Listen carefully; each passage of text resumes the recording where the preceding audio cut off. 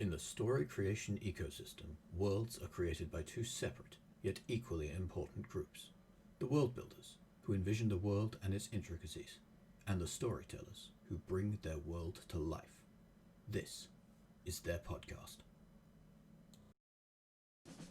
In 2019, a crack world-building unit was sent to prison by a critics court for an inconsistency they didn't commit. These men promptly escaped from a maximum security blog page to an underground Discord server. Today, still wanted by the critics, they survive as builders of fortune. If you have a problem, if no one else can help, and if you can find them, maybe you can hire the WB team.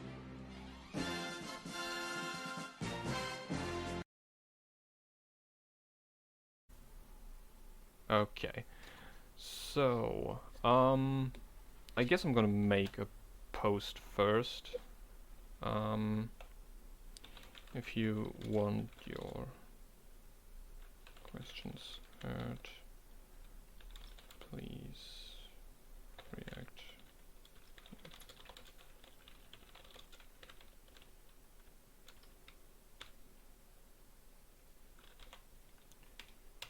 Okay.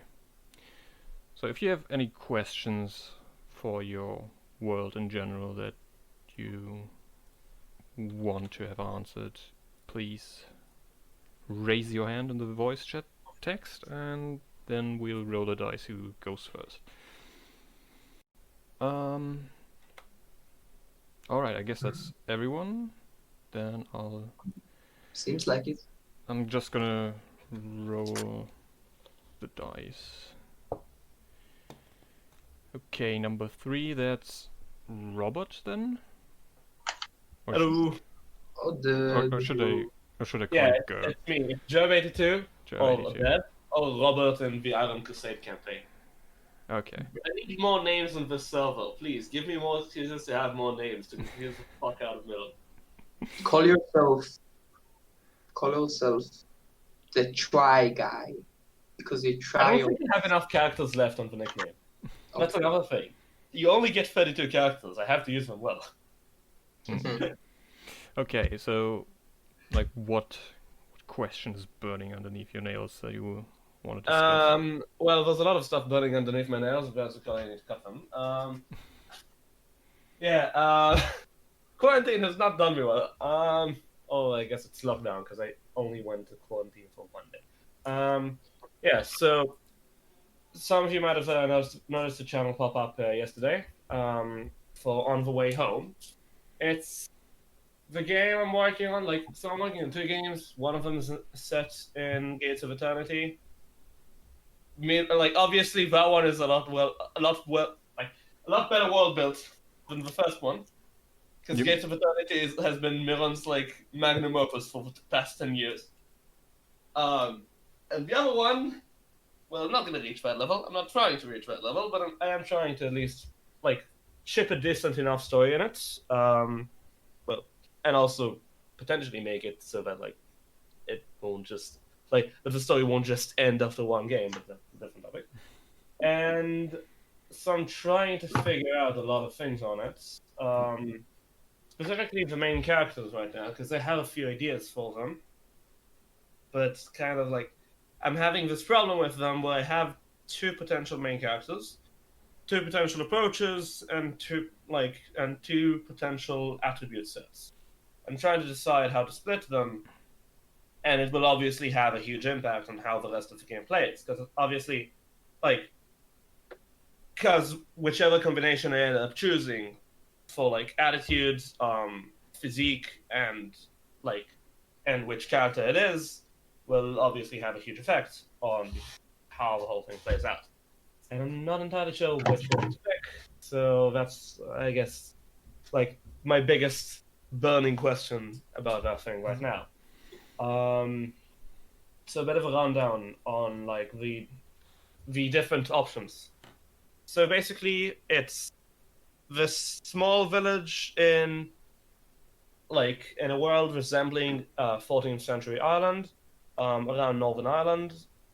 And it's a small village. They have a lot of rituals in there. The area is known to be relatively close to the spirit realm, and all the overplayed the veil between the spirit realm and the normal realm is so thin in the... Okay, so it's a fantasy setting then. Yeah, More or it's a less. fantasy Okay. setting, but not entirely fantasy as much as like it's basically the fantasy is limited to more or less what people back in 14th century Ireland thought was reality. So nothing really above that, as much as it's just playing on that as if it really did exist. So the idea is that like the veil is really thin in them. There's this whole coming of age ritual for the next potential shamans or druids or whatever you want to call them for the village. And there's a brother and sister. They're both the grandchildren of the current shaman. And part of the ritual, like the ritual includes a few things. Part of it is going to a tree, like a really old tree near the village, at the edge of the forest. Going there, carving something into it, and doing another thing that I haven't decided yet. But like basically, something that doesn't make it seem like we just have to go around the tree, but like slightly more complicated. And then, like, according to which one the player takes to play, the other one goes first, and then they go. They find a spirit in there, like the model thingy I've been building for the past few days. So they find this thing. He's also supposed to have colors. Trap them in the branches, release them, and that sets them off on their journey, because now they have to escape the local lord, and also, like, if a spirit comes during the coming of age ceremony, that's basically a sign that there's trouble afoot, and they need to actually figure out how to solve it. So, that's the premise. And again, you get to choose between the two characters, and they both have a different attitude. So one of them will have a more optimistic attitude of, like, basically, imagine you put an 8-year-old, like a modern 8-year-old, not an 8-year-old back then. We don't know how the attitude was back then. Like, imagine you put a modern 8-year-old, you gave them magic, and you told them you have to explore the world. They would have the attitude that Ash Ketchum has in Pokemon. So, that is one of them. And the other one is a lot more sarcastic, a lot more cynical, and a lot more like, fucking A, this world is stupid. I'm gonna murder everybody I need and get back home. So, and then obviously they have different character arcs. The optimistic, happy one has to discover that the world is not such a happy place and that they will have to do some hard things. And the cynical one has to discover that human life actually has value. And they can't just murder everything they want along the way. God damn it. I know. D&D players will find it hard to relate to, but yeah. So, there's that, and then also the fact that, like, obviously, when we have two characters, I don't want them to have the exact same setup, because that would be kind of pointless. So I also want to mess with it so that one of them has a better affinity to magic, for example, or one of them has a better affinity to, like, physical strength. The problem with all this is that basically, if I were to map these combinations, then basically, like, I'm gonna screenshot this, because like you can make a really fancy chart of it, and I quickly find myself like seeing that if I combine it, like, Pun, you're a bit hot micing with your keyboard. Yeah, no, sorry. is it then called mic typing? I guess. So if we were to make two charts of this, then basically we have one chart is for attitude and which character it is, and one chart is that's the left one. So character, attitude, and the right one is attitude and physique. So basically, if we were to make, for example, the optimistic one also magic, more magically aligned, then we will have a magical girl setup, and then on the other hand, we would have edgy assassin, basically. And if we flip them around, then we have like, so instead we get like D&D wizard, as in I just cast fireball, and on the other hand we get whatever the fuck an optimistic assassin would be. Virtuous assassin, maybe? What? Oh, never mind. Sorry, it's the wrong. No, I have to look at certain anime to figure that out. Kirito. So this chart, I'm not exactly sure how to make it fit. And then on the character and attitude, if we make the girl like overly optimistic, then it's stereotypical magical, like actual magical girl now. And then on the other hand, we get Kirito.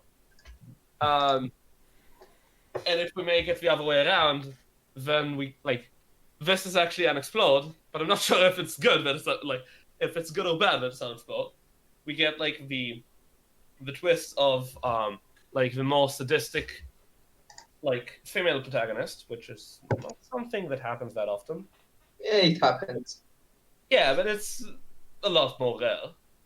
And then on the other hand, we get something really weird, really. And like, I look at them, and like, it's a, I don't know what to go with, and it really like dictates basically the entire rest of the thing, because obviously like, according to how they play out, everything around them has to play out, because in a game, unlike in a novel, I need to make it interactive, and so I have to build the lore around the players and their decisions, rather than build the lore and then try to throw the players into it. So for clarification, your game is mainly story-driven then? Yeah. The idea is the game is mainly story-driven. Obviously, you get mechanics and a lot of influence over it, and we try to also make sure that, like, with questing and everything, we try to hold your hand as little as possible. So you really do get to make the choices. Like, a quest will not tell you go get a carrot from some guy. A quest will tell you this needs a carrot now. Figure it out. So like you get to choose. Do I want to go to a farm and buy something? Do I want to steal it from someone?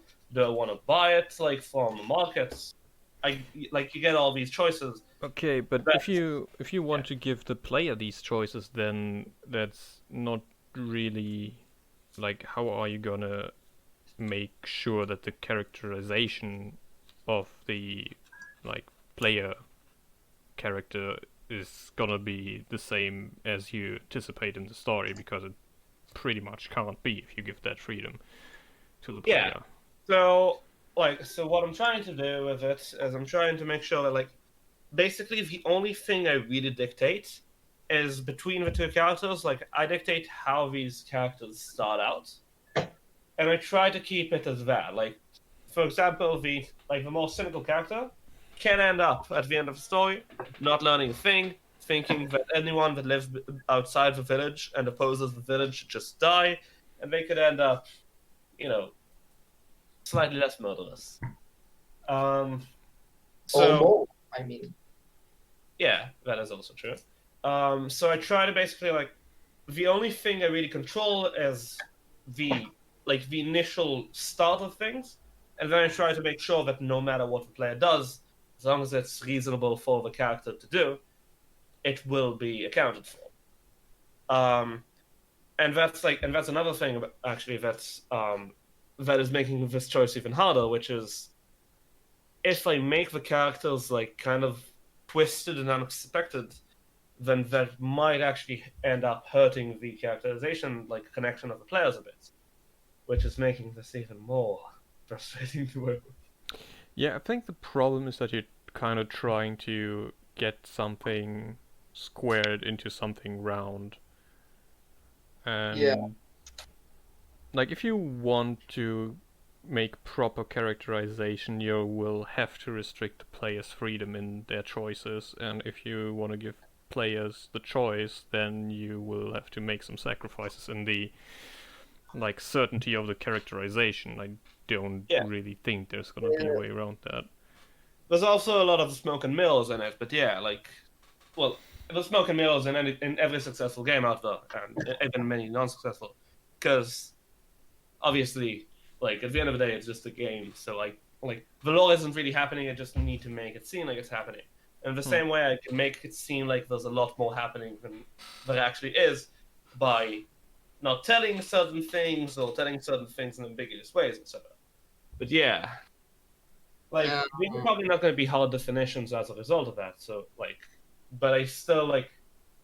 I also don't want the two characters to basically feel like cardboard copies of each other. So I do need them to have some leaning at least.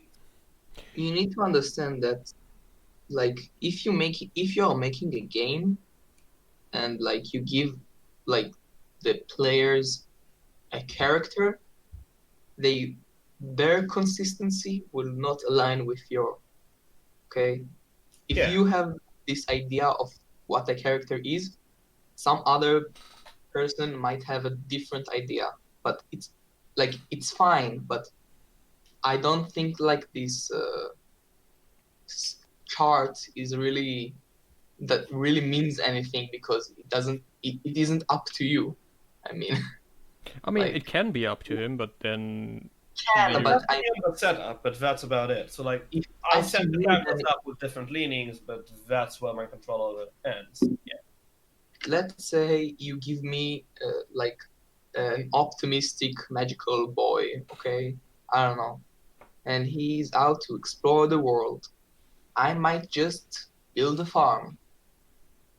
I mean, it's how I see it as exploring. So, like, Yeah.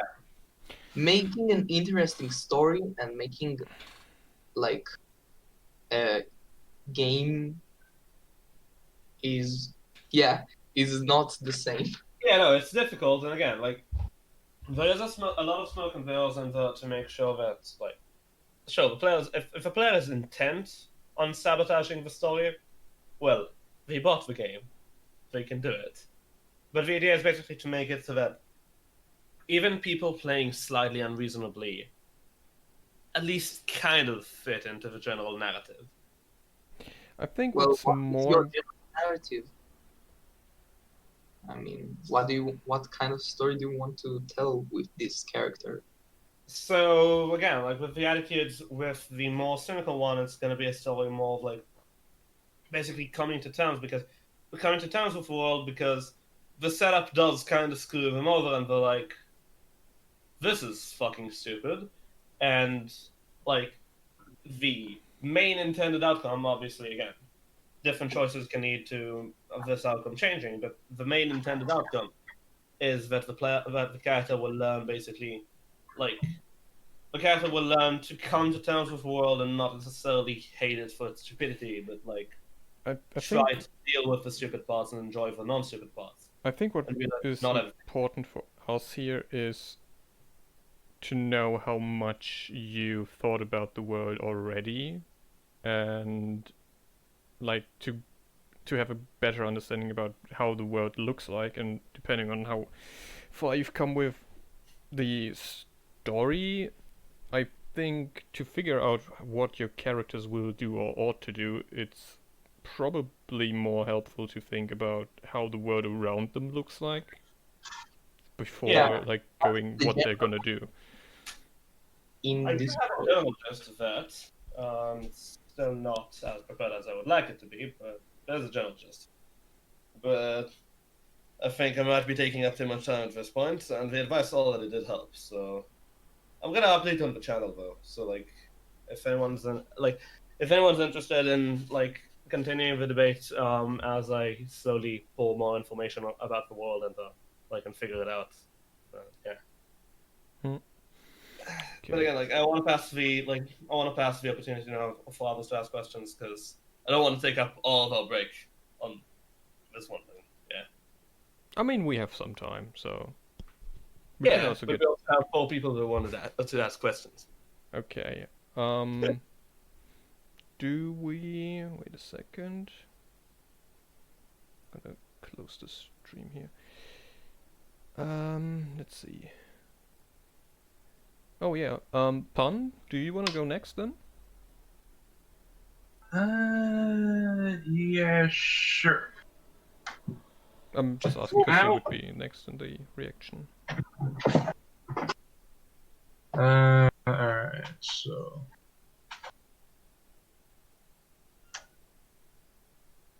Wait, so do I ask a question and then you guys like elaborate on it, or can I just like share general information and then you can ask me questions about it?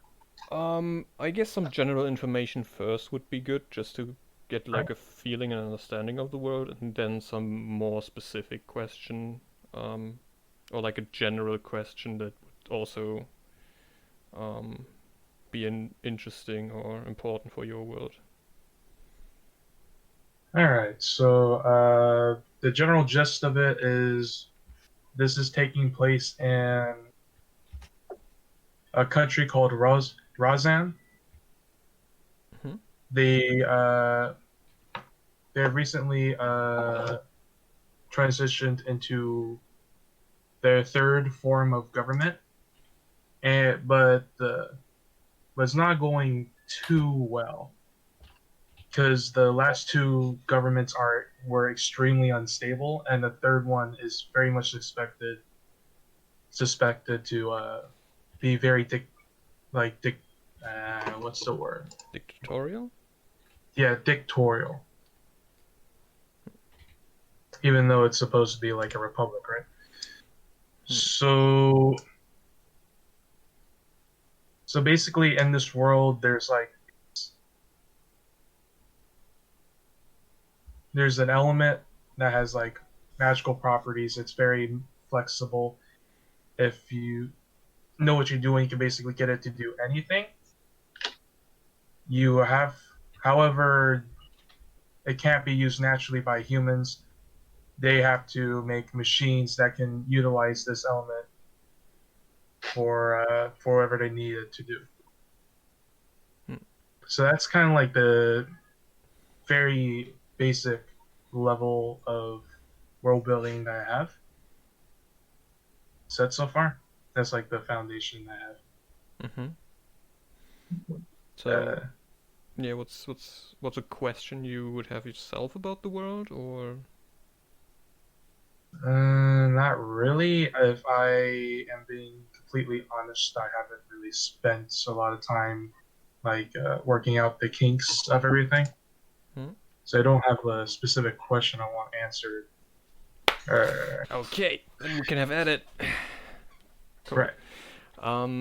So how did your nation or the people within your world find out the use case for this material? Like, for example, compared to how we figured electricity out or stuff like that, do you have like an idea how that could have worked? Not currently. All I know is that by the time that this their republic set up, it's very much understood that this is actually a thing, and that people can make their own machines to utilize this element. That's mostly, but I don't exactly have how they found this out set in stone. Okay.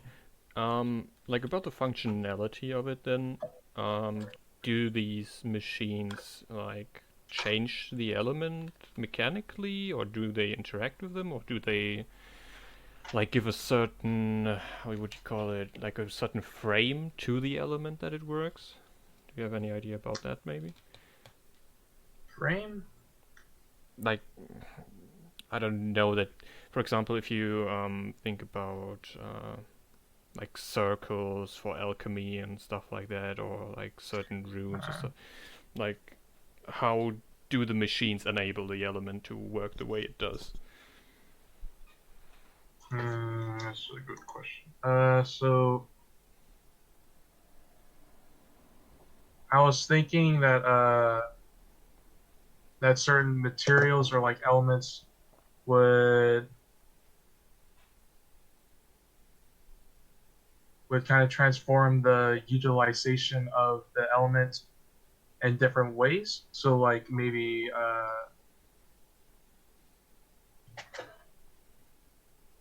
this material will change. I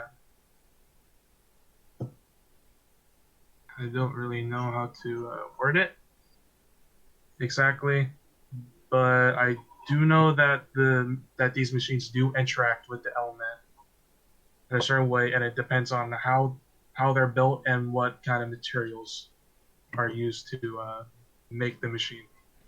So, to give an example, two machines that look the same, but one is made out of steel and one is made out of wood, for example, would have a different effect then. Most likely, yes. Okay. So it's also partially a chemical reaction. Potentially. I guess when it's magic, you wouldn't really call it chemical, but I guess in the sense that different materials interact differently with each other, then yeah. Well, yeah, and they wouldn't really have it. Like, they wouldn't in the world really have that big of a way, like, to differentiate between the two. Like, is it chemical? Is it magic? Like, where do you draw the line? Hmm. I'm actually kind of having a bit of a trouble with that too, because someone brought up the fact that if magic is just a thing within this universe and everyone knows about it, is it really magic? Yeah, I just wanted to In that ask, sense? Yeah, do it's people tough. think about it like magic, or is it like normal thing now? This like It's use this pretty much a material. normal thing. Is And this that's also before going into sufficiently advanced tech is basically magic and all that. is it accessible? Like, is it does it cost a lot to like make a machine that uses this material? Or like, Yeah, it would be relatively expensive, yeah.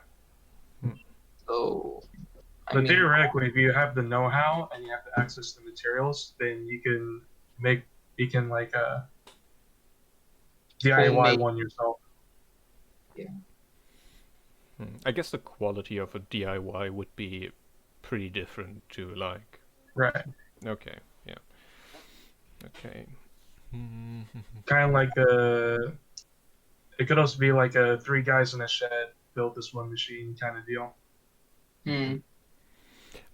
Does the element get used up if you use the machine?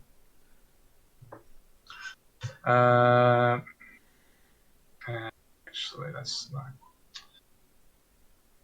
I guess not, because this element is always like occurring like no matter where you go, unless the room is specifically built to exclude that element. It's always present no matter where you go.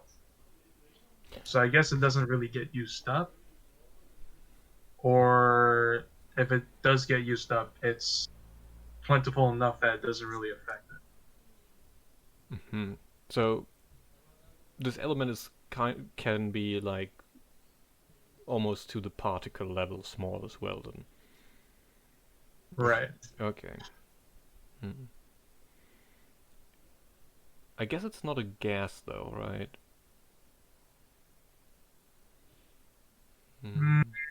I'm not sure about that. I always thought of it as like a gas, but it does. But I don't think that would make sense necessarily. I mean, it could be a gas. Like, why not? Although, I guess it would make it a bit more difficult to manufacture it and capture it, maybe. Well, to like put it in concentrated forms, yeah, maybe. I guess that's one thing that you will have to figure out, like what its states are and how you can manipulate it, basically. I do know for a fact that this element can be stored in like batteries, kind of like electricity can. Mm-hmm. So that's something I know for sure can be done with the element. Okay, and which kind of effect does it have, like, to the broader world that it resides in? Is it like, some device that could make you king or lose your government kind of stuff? Like, is it something that could go nuclear, so to speak? Mm, Or like, what are the possible power levels you can achieve with it? I guess that's more brief explanation of my question. I guess it has to. I guess it mainly has to do with what machine you're using it with, but I don't think it's going to be like, oh, it's going to automatically make you king. I guess it could be like you could go nuclear with it, but I'm not sure I want something like that done with the particle. Yeah, I guess that's like one thing you also have to think about or figure out what are the limitations of it, and How exactly do you get, like, do you mine it? Or do you need to make it artificially? Or how exactly do you obtain this thing? Well, it's a natural part of the world, so So, I don't think you would have to make it artificially.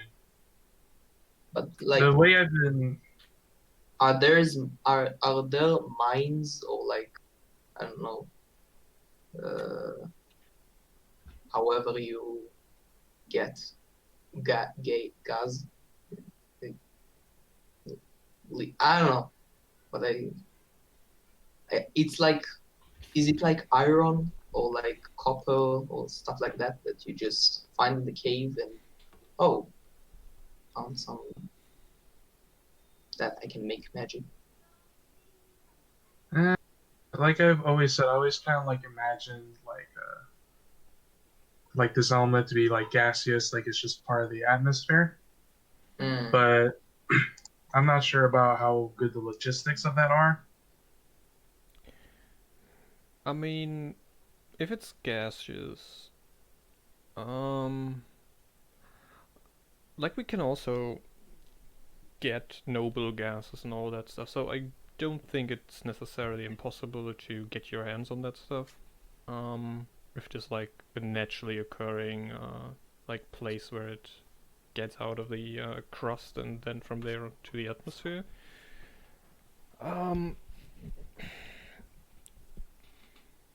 I guess if it's gaseous and it's in the atmosphere but it doesn't react to anything within the atmosphere, you could also kind of deduce from that that like other gases don't interact with it. No, that's not something I've want the element to do. Is like react with other gases. Yeah, so basically, if you want, you can use other gases probably as some form of insulator to that element, would be my guess. Not sure how practical that would be, but... So using gases to trap or like limit the movement of that element.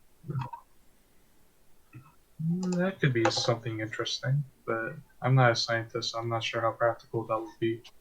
It would be great if Dalek would be, you know, but oh well. You can make like a pressure. It's not that like. I mean, it would be hard, but it can be done. I think.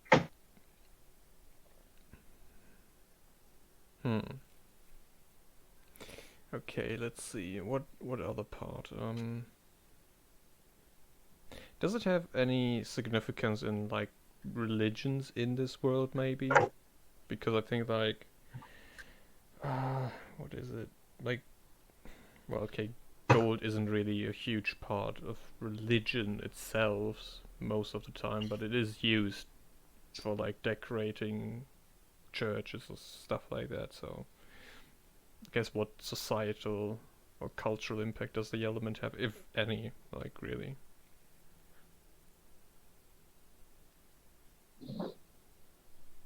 I haven't really thought of religions, but I do not imagine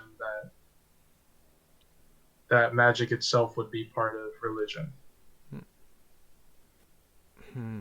I guess one question also would be, because you have to construct machines around this element, all this gas. Yeah, you have to construct machines that can utilize this. Yeah, element. so I would assume there needs to be some form of logic behind it as well.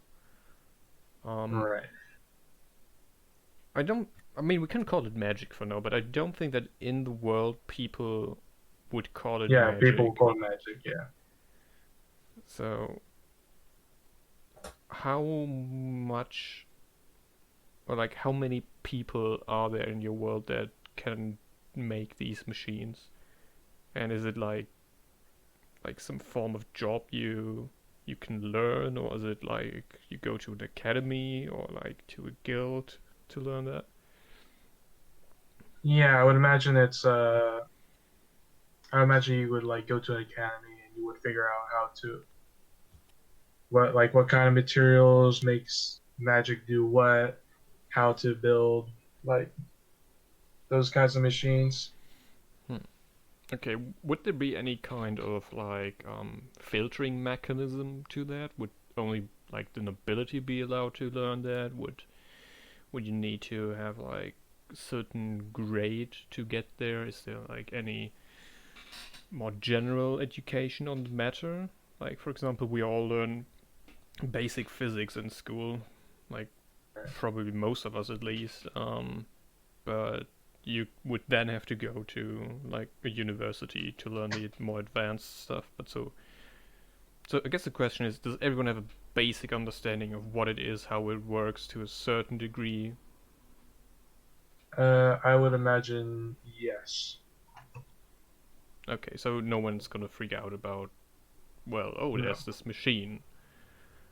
Can you kind of... Yeah, I don't think people are gonna be like, "Whoa, this machine exists. This is crazy. I can't believe this. My whole world's turned upside down." Yeah, I don't think people are gonna react like that in my world. Yeah. Is there gonna be some kind of like visual cues to what the machine is gonna do? Like if two machines look similar, will they do similar kind of things? Like I wouldn't say appearance would change the way it works. It's mostly the mechanisms and inside that would. okay, so you can't really tell by how something looks how it's gonna No, react.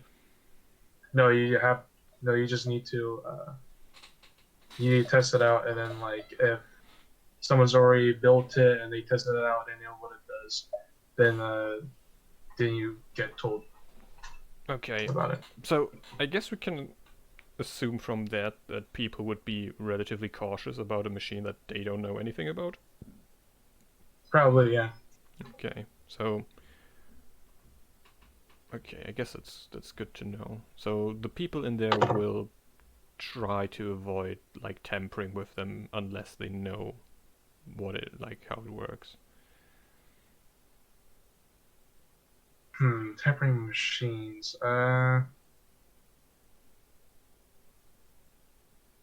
Probably.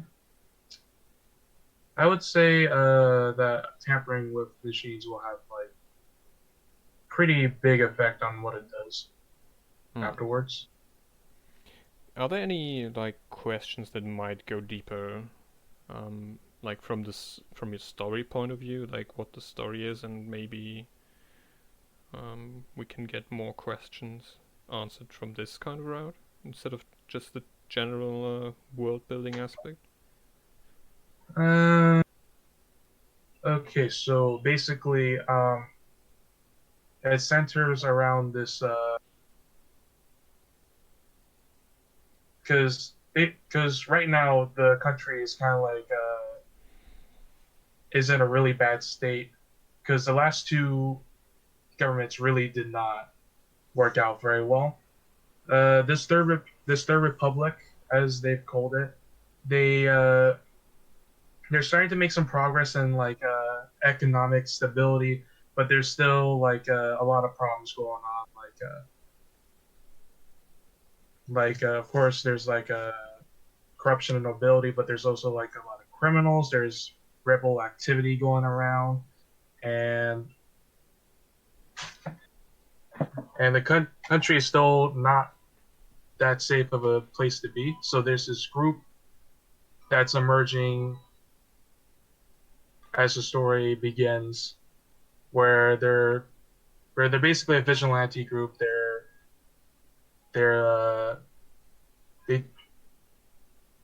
they have certain targets, and then they do some recon of them, and then they take them out.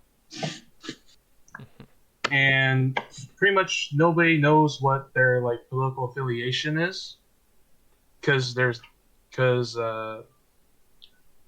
no real pattern to what kinds of targets they're assassinating.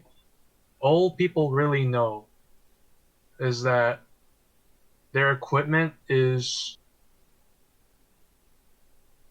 a lot more powerful than one would expect from like an operation like their size. Okay. So it centers around that group. I guess one question that's in quotation marks obvious is, Right. are there any other states surrounding this state, and do they try to influence it, or is it like on an island and everything is contained within it? Like other countries trying to influence what's going on in the country, or So, can you repeat that? I was like other countries like surrounding like Rozan and trying to like manipulate what's going on in the country. Yeah, exactly. That's a possibility for sure. There's three countries surrounding Rozan. Okay.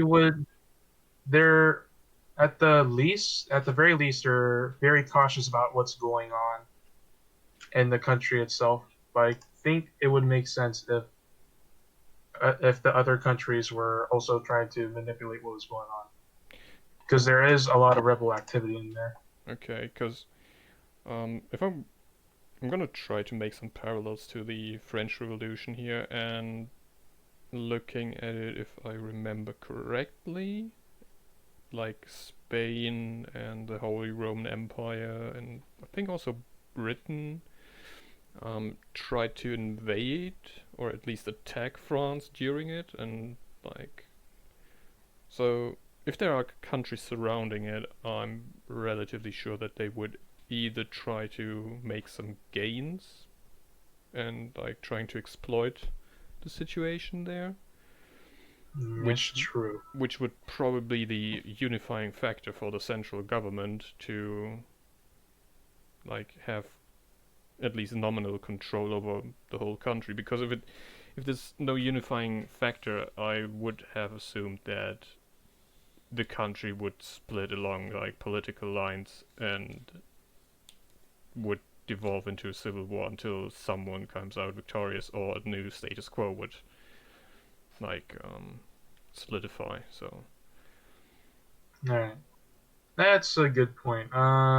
Mostly the setup for like the government, it was very much influenced by kind of like how South Korea handled their governments.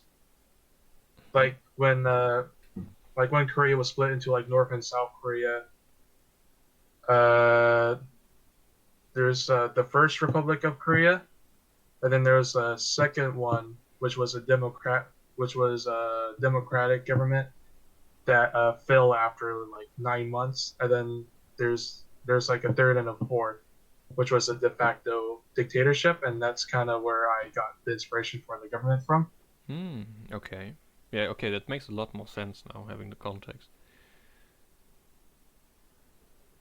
Okay. Yeah, but it also makes sense that like other countries would be like, this country seems really weak right now, super unstable. Maybe we can make some gains in it. Yeah, I would see.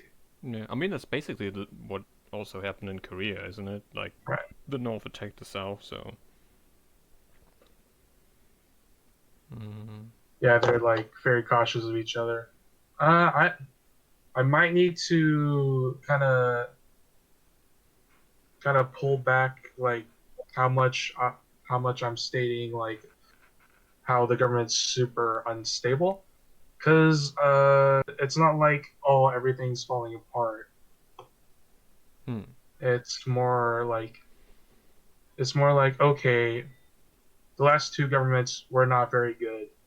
We're just trying to reunify everything and then make the government a lot more stable. Okay, so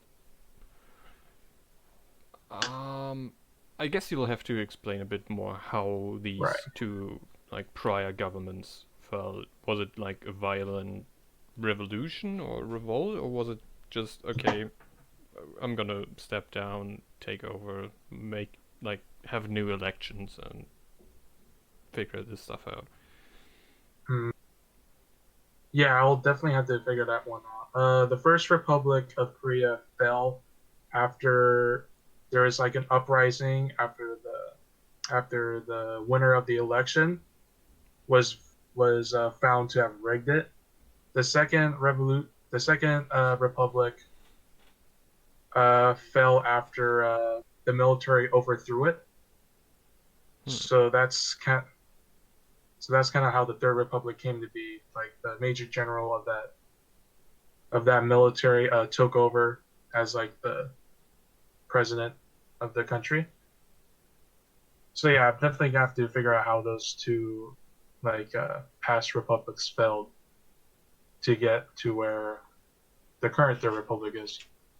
Yeah, I also think that like it's gonna be important to figure out who has like the soft and hard power positions in your country, like who's influencing the culture and the opinions of people, and who's like having the actual authority in the country, because that will also probably make quite the impact on the overall world.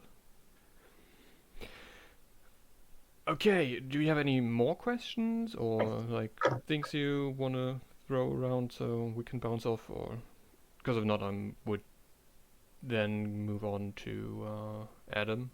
If I mean, you can go first. I don't want to like go next if I'm the host, so No. I would give it to you then. Okay. I don't have any other questions. Adam can go. Okay.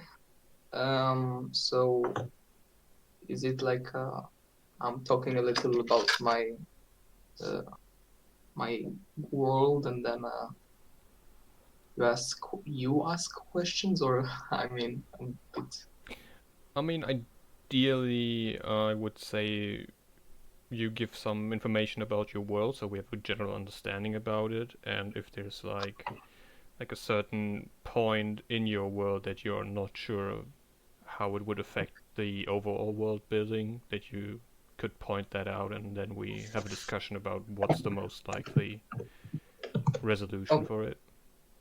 So my world is like, it's basically Earth, sorta, but instead of like 70% of the world covered in ocean, it's like 95%. Like basically everything is a big ocean. Nothing is, almost nothing is land.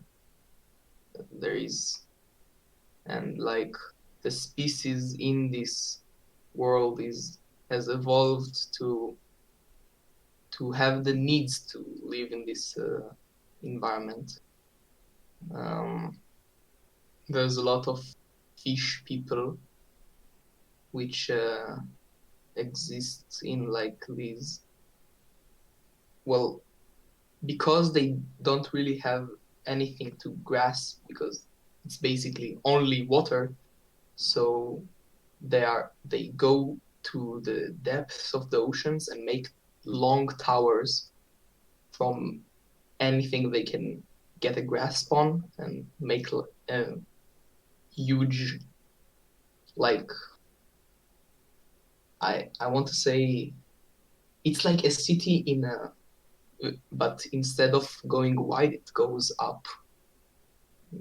And the thing I'm having a little trouble in is that I have a society built around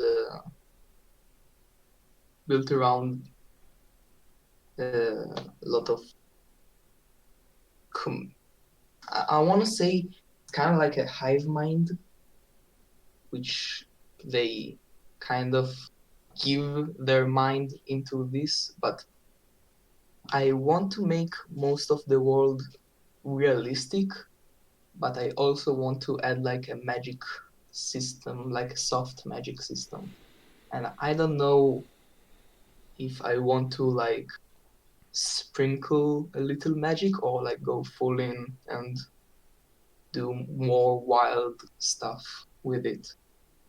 Because up until like last month, mostly everything I thought about could exist if this scenario would exist. Like a planet full of water and, well, there's still animals, there's still plants, but they are built different. And now I kind of want to do more social stuff, and it's difficult when all you can do with talking is like making like I don't know how to explain my problem. I want to use magic, but I also think it is very different from what I've done up until now to expand things I already worked on. Short interjection. Hmm? Exactly, no towers from the bottom of the ocean. Yes. How did they get around water turbulence and like water turbulence in general? Like when you build something that is really, really, really high, like Mm-hmm. for, compared to the base, then you get a lot of problems with actually keeping it from just falling apart. Like it's the same way that it's very hard to actually build a skyscraper without it just completely breaking because of wind. Because Yeah. when you build it high enough, it becomes a problem. So how do they adjust for that? Well, firstly, because there is not a lot of land and there is not a lot of differences in like Elevation? in pressure, and so it's actually mostly the waves, the turbulences that are less impactful because like there's nothing to make the wave even start. There's almost no wind. There's almost no like movement. There are in certain parts. There are parts of the world where there's like huge waves because of like the moon and stuff like that. But there are some parts where it's almost like a dead zone. So they try to build in these places, and they have like they basically use other fish and other like plants as glue, like like their fat and their I don't know how to call it. I don't have the question. The weather is pretty predictable because yes, To be fair, I to your guess we can get around a lot of stuff in world building by saying, okay, this is how it's gonna be. How can we get there, and try to make the solutions instead of like extrapolating. Like, if that's what he wants to do, sure. I would also agree with Gerb that it's kind of unrealistic. No, But it can be realistic. It's just like I'm making sure it's like accounted for, because I Yeah. doubt the turbulence will have no impact on the story, and no, there are like consistent. there's also like a faction of the like main sort of species that is like, I don't want to live in this. I call them me. I still haven't found name for like these structures, but they don't want to live in this sort of society, so they move around in like sort of pirate ships, like but underwater. So it's very it works like a jellyfish, and it's like, God damn it, I hate English. It's okay.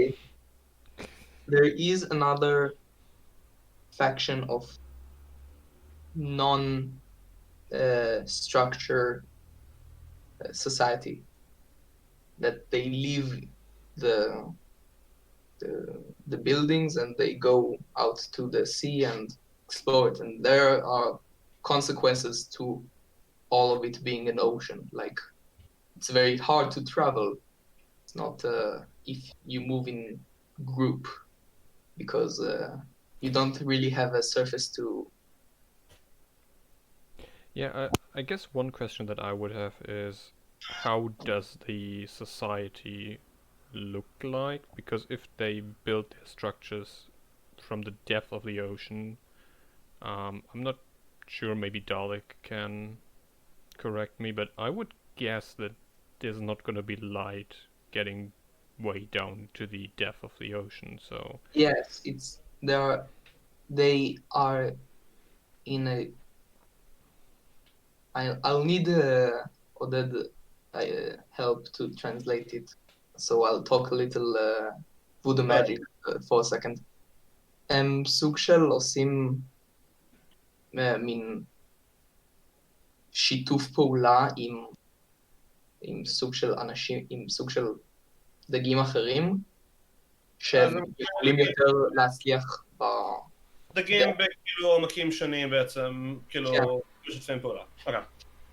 So basically, what we do is we have different races, different fish, etc., that like survive in different depths.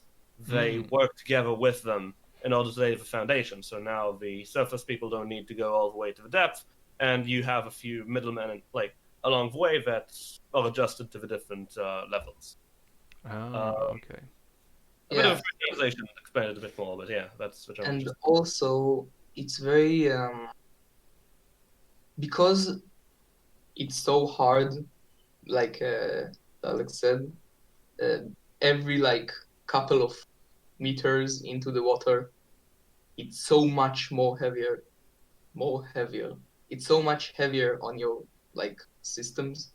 So sometimes there is a difference in like, I would say you are having a higher status if you live in the depths. You are like more powerful. You can survive harsher environments. So usually, if there is a conflict between like the upper surfaces and the deeper surfaces, so the deeper surfaces usually have more say in the matter, if it makes sense. It does make sense, but I wouldn't say that the explanation is the one that I would have come up with, because if they build their structures from the depth higher up, then I would assume that the creatures closer to the ground, so to speak, would have more power, because there's where the foundation is. Yeah. Yes. I mean, yeah, I just thought about it less like that, but I think it could work more interesting. It could be more interesting than what I had before. And also, wait, I'm trying to think about other stuff I want to share about this. There are places in this world where the depth of the ocean is like more up to the surface, if it makes sense. I'm sorry. Elevated. Yeah. Yeah, more elevated, and there are like forests of corals and other stuff, which are also they're also a big part where it's like coral reef. Yes, that's the. One question I would have: how do these creatures communicate with each other? Because Well, would they use sound or like color or? they use like kind of vibrations because in the water you can't really hear. You need it, like you can hear, but it's more. You need a different system for Yeah. hearing. Like So it's not like sound in the air. yeah, so it's more like Sound waves move whales. faster. So they kind of use clicks and like claps, I want to say. It's like kind of vibration-based system where, let's say you want to say hello to someone, then you make a really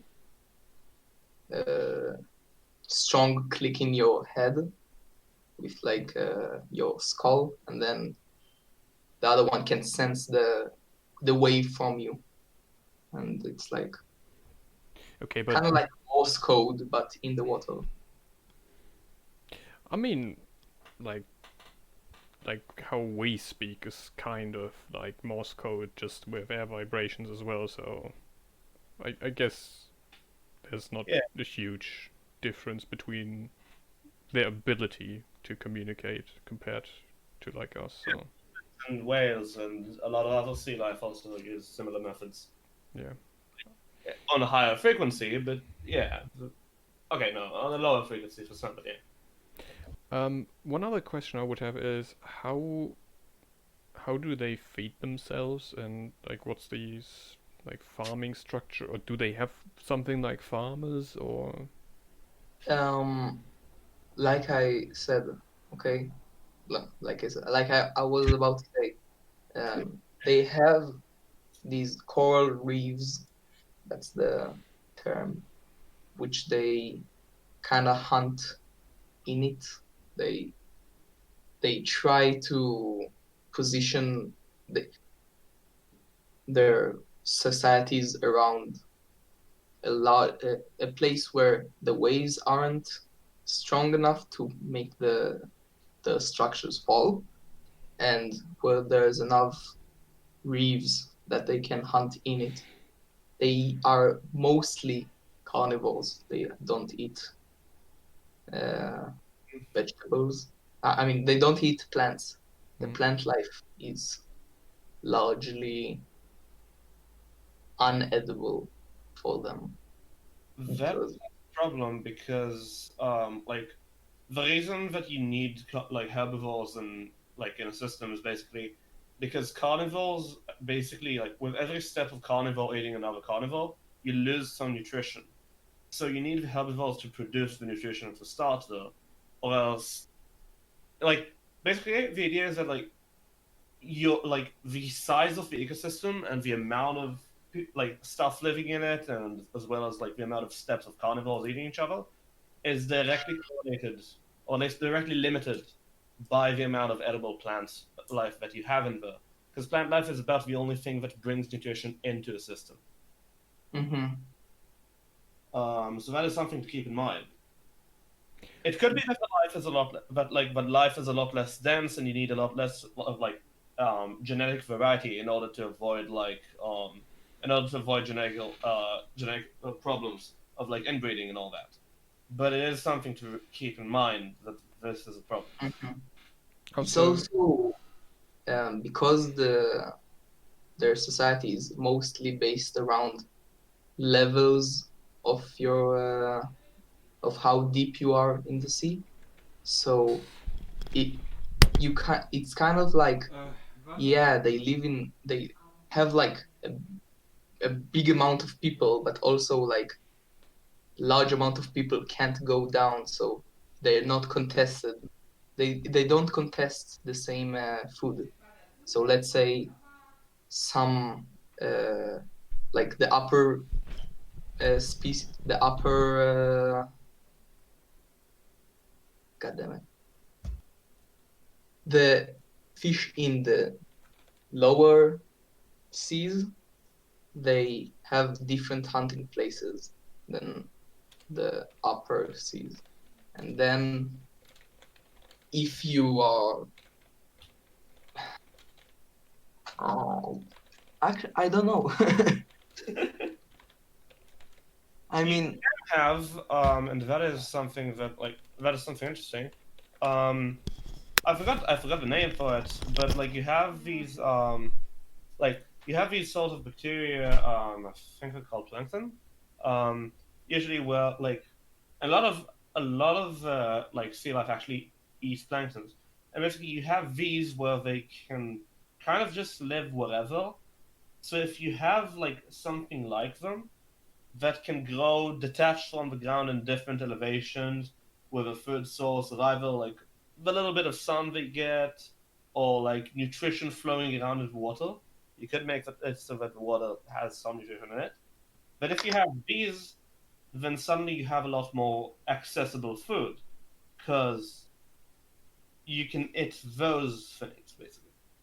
Um, so like that might help solve it. Like for example, with some elevation levels that usually don't have access to the ground, you can have those. So,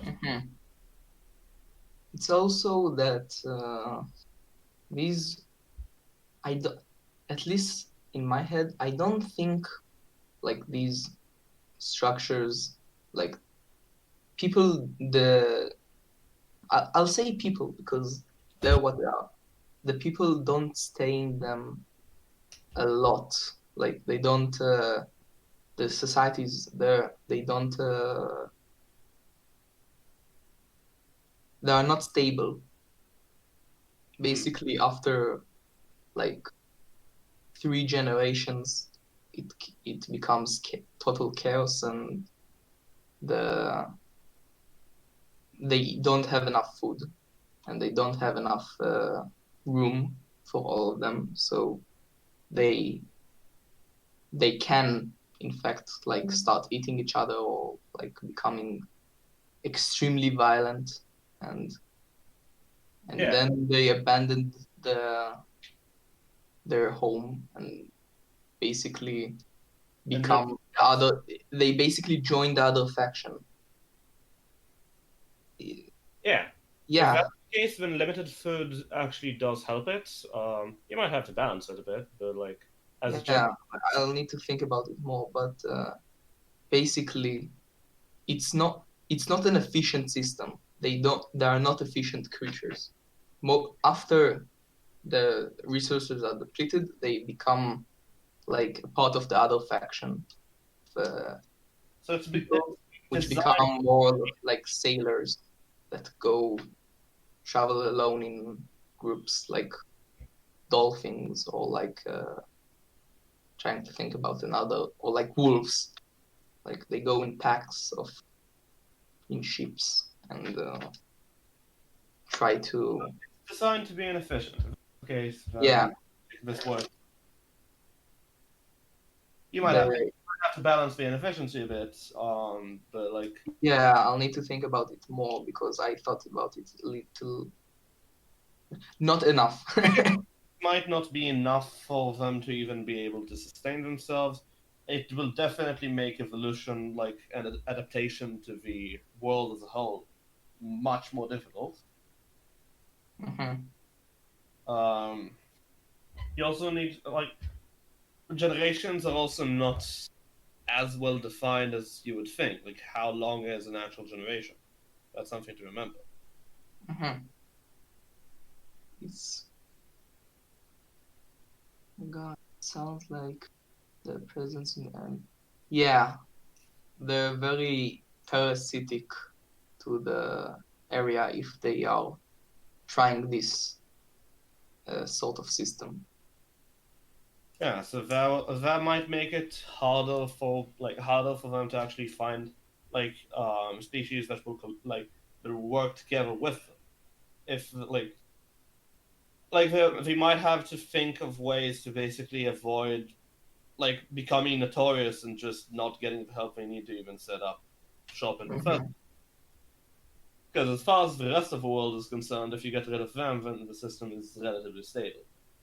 So they need something to bring to the table, or at least that the others will think they bring to the table. They don't actually have to bring. The best thing they have is their efficiency, not in not in surviving, but in building. They have they have these hands in quotations that can dig and place more efficiently than fins, and they're basically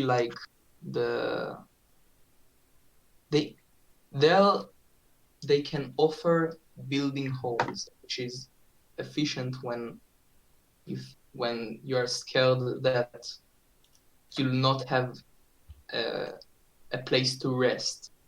You see, the fish people, they're not like other species. They're like sharks, but they need rest. Okay, they can only swim, but it makes them it will kill them eventually. So what they do is they build structures that will let them rest, like having a chair, if it makes sense. Yeah. So and then when they hunt and when they do activities, they have less stamina, but they have a lot more power in the swim and the bite power and all of that stuff. So yeah.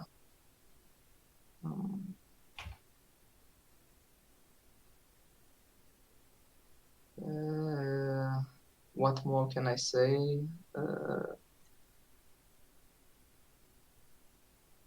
Yeah, it helps a lot. Thank you. Quickly made a meme for that.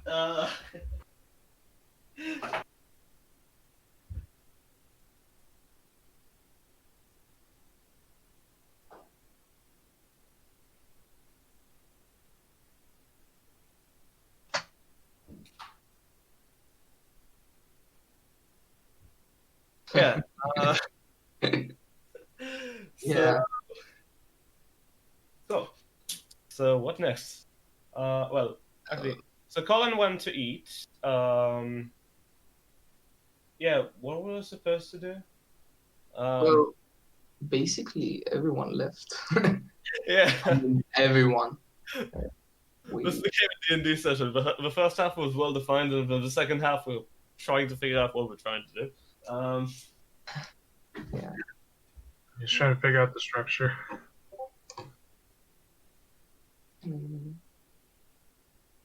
So yeah, I mean, I'm quite new to world building than a lot of people here. So yeah, I tend to focus a lot on characterization, like what's going on with story and characters rather than actual world building. So I have a lot more information on plans on what I want my characters to do instead of, the things, the world that they're actually going to do the stuff in.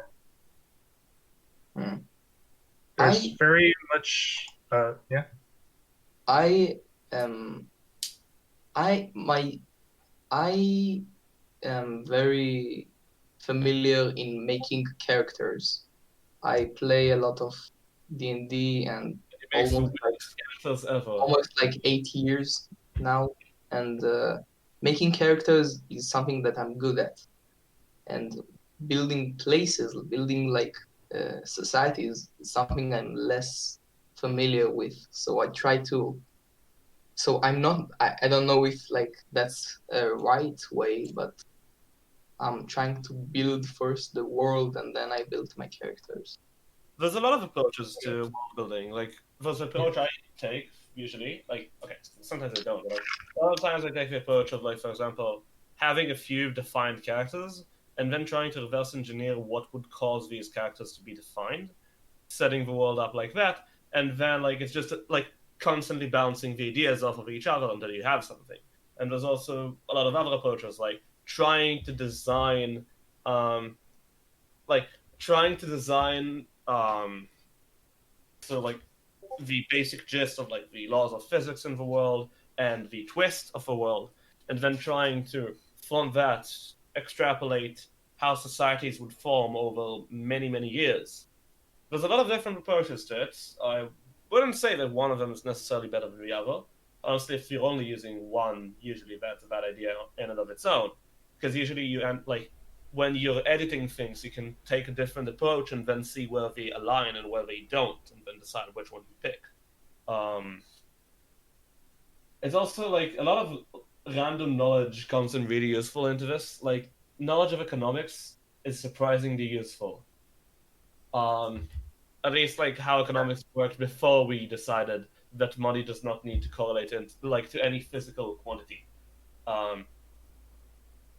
Yeah, debt, like economics are really weird. But yeah, like it's just a lot of trial and error, really. Also, like obviously different people. Like of the 5 people in the skull, I think there's like 10 different like preferred world building methods. So obviously it's a lot of trial and error and finding out what works for you. Yeah, it definitely is. I do have to say though, I think I've been crippled because of how I've been building my worlds. Because I noticed this recently. What I tend to do is I figure out what I want to do, and then I just build stuff around it to justify what I want to do. So, for example, Yeah. So, for example, the element that I mentioned, where it's like machines can use them, and then like for various purposes, like for like healing. If you want to put it into a gun, you can shoot like these bolts that have like varying effects. I came up with all of that to justify having weaponry with very specific abilities attached to them. So I think and then I just left it at that, and then only thought about it once or twice. Not once or twice, but like only once in a while, Which is why I had so little to like say about the elements and about my world in general. Is that I do tend to focus way less on like specific details, and that's why it feels really off. You know what I mean? Yeah. Yeah. World building is fun because there's no right way to do it. There's a lot of wrong ways to do it, but there's no right way to do it. So yeah, it's just like you just throw stuff at it and bounce it off of each other and off of other people and off of the wall, and eventually, you might find something good. Yeah, hopefully. Yeah, hopefully I'll be able to come up with more machines than just for weapons, because that's all I've been doing is coming up with weapons. I do genuinely recommend watching Low Horizon, at least the first season, because like Over the Horizon. Low Horizon, because they do such a good job at showing you like the entire show is centered around humans are trapped in this game world, and this game world has very basic stuff. And so they invent all sorts of weird stuff. Like, they use a creature that emits heat in order to create a steam engine. Because it makes sense. Because a lot of the people that were trapped there were also engineers. And so it kind of shows you, like, the whole idea of when you properly trap people in a fantasy world, how will they take anything they get access to and use it to improve their life, whether it's magical or it's just tech they don't understand or whatever.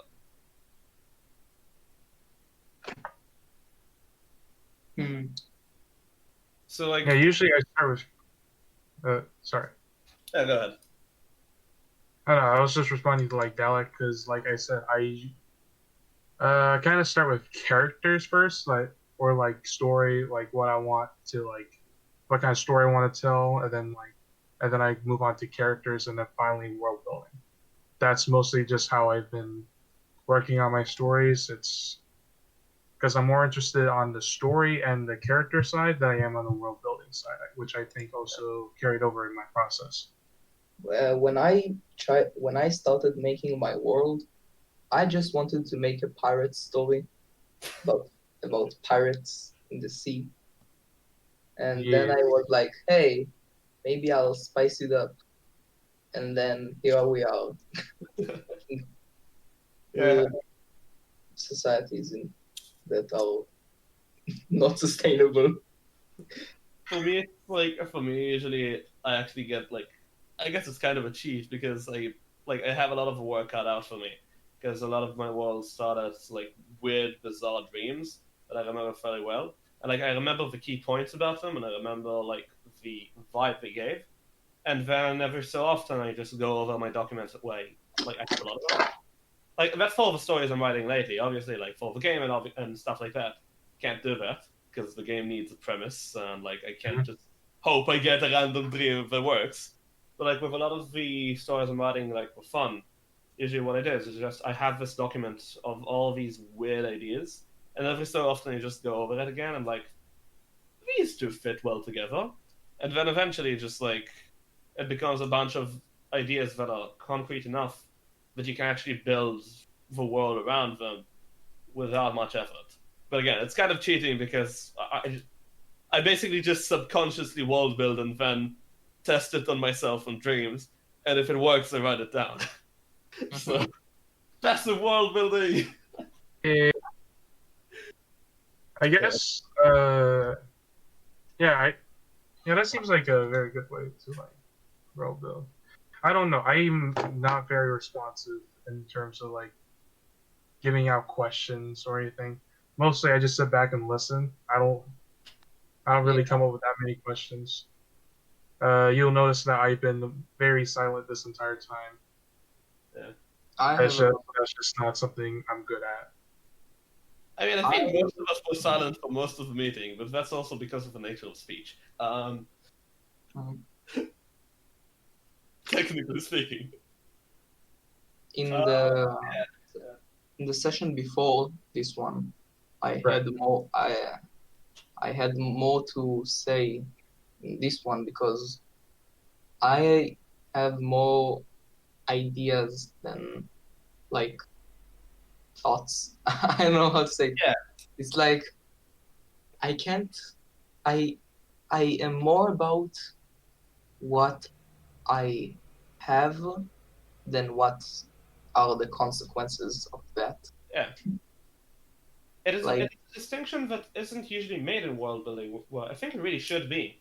Because you look at the server, and even at this call, and you have a lot of different people that are, like, for example, if you take Miran's, his ideas are usually fairly simple, but he can take these ideas and get the absolute, like, squeeze out every last, like, bit of usefulness out of it. And, like, so he is a lot better at taking an idea and designing stuff around it and knowing all the weird random stuff that he needs to do, like, in order to continue it. And he doesn't know that, but obviously there's an entire server of people with knowledge of different random fields. You know? But, like, yeah, there's a lot of people that are really good at, like, at having ideas and then, like, trying to build a basis from them. But when it comes to, like, actually creating a realistic, sustainable world with them, they struggle a bit more. And you even see that in, like, in some of the more successful fantasy stories out there. A lot of them when you actually look at the worlds, that they aren't sustainable. That the concept is really cool, and it doesn't take a lot to fix it. It's just that the writers that were in charge of it usually just it's less of their expertise.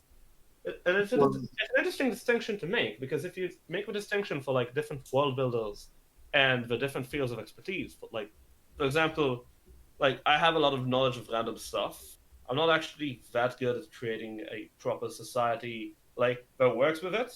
But like the dialogue, for example, and like how people would act in a certain world is stuff I can somewhat simulate. So, like, if you combine people with these different abilities, it becomes like a lot more interesting. I feel, because it's one of those situations where the sum is like where the sum of the people is better than each one of them individually combined. Because yeah, when I always tell my sister that I want her to draw something because I have all these weird ideas and like characters and like places, but I don't have the skill to make them on paper. So I ask her to paint and make, and sometimes she does it and it becomes amazing. But mostly she says fuck off, and I don't care. I don't care that you have this awesome idea. Go away. Yeah. But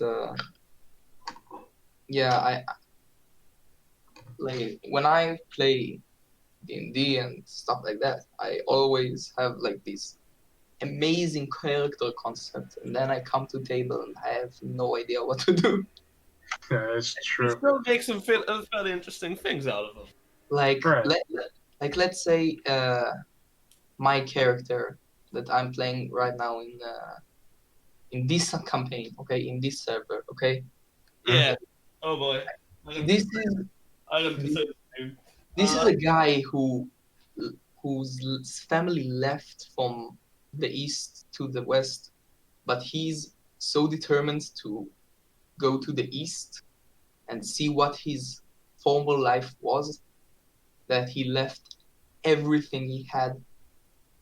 Although he has no skill in like languages, he isn't very bright. He is very big. He can't like be sneaky. He has nothing that will make him like survivable, but he's determined to go there. So he does. And then I come to the table and it's like this, hey, what's up? Yo. It's like this How you weird doing? thing where we try to with undercover cops, and then everybody rolls an X20 or some shit, and it kind of works. I mean, I I have roll for intimidation. a lot of fun with Ike, but I mean, Yeah. I don't play him like he should be. Or Well, yeah, but then again, it's D&D. I don't think anybody can manage to play. I guess yeah, but it's kind of like, oh, okay, I am in a campaign. 2 years I'm playing the same character. Okay, I should know this character to what he eats for breakfast, with which side of the mouth. Okay, Yeah. Uh-huh. I am the most inconsistent person on this earth. Well, I My yeah. What were you gonna say, Gar? theater kind of helps with this. Like, for example, it's one of probably one of the most random pieces of like gems of knowledge that I've learned over the years. But like, I've learned a bit of theater both by seeing friends that studied it and like learning from them stuff, and also just in general, I took an interest in it a few years ago. And like, I'm a terrible actor. I'm an absolutely horrendous actor. But I know, like, this tiny bit of knowledge about theater helps a lot with role-playing a character to at least understand the character a bit better. Like, it's the part of theater called method acting, which, like... So basically, like, if you know method acting, and you know how to do it properly, because, like, the idea is really simple. The idea is just, like, get yourself in the mind of the character, think what he would think, like try to remember things that would have affected him greatly. Like if you actually like, it takes some practice to do it, and also if you overdo it, it's kind of harmful for your mental health. So don't. But like if you do manage to do it correctly, then like it raises your consistency with characters a lot. Even though I'm still a terrible actor. So yeah. I think one of Yeah, go ahead. No. one of my biggest problems I have, Brenton, with creating stories and making characters and world building and all that, is that I tend to like quote unquote take inspiration from a lot of things.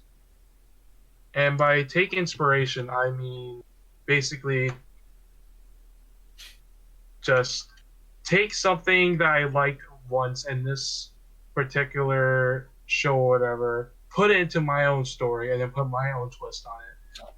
And it's such a big problem for me, because every time I look at something and I'm like, oh, that sounds interesting, I want to put it in my story, I'm like, wait a minute, does that actually make sense, or am I just being stupid?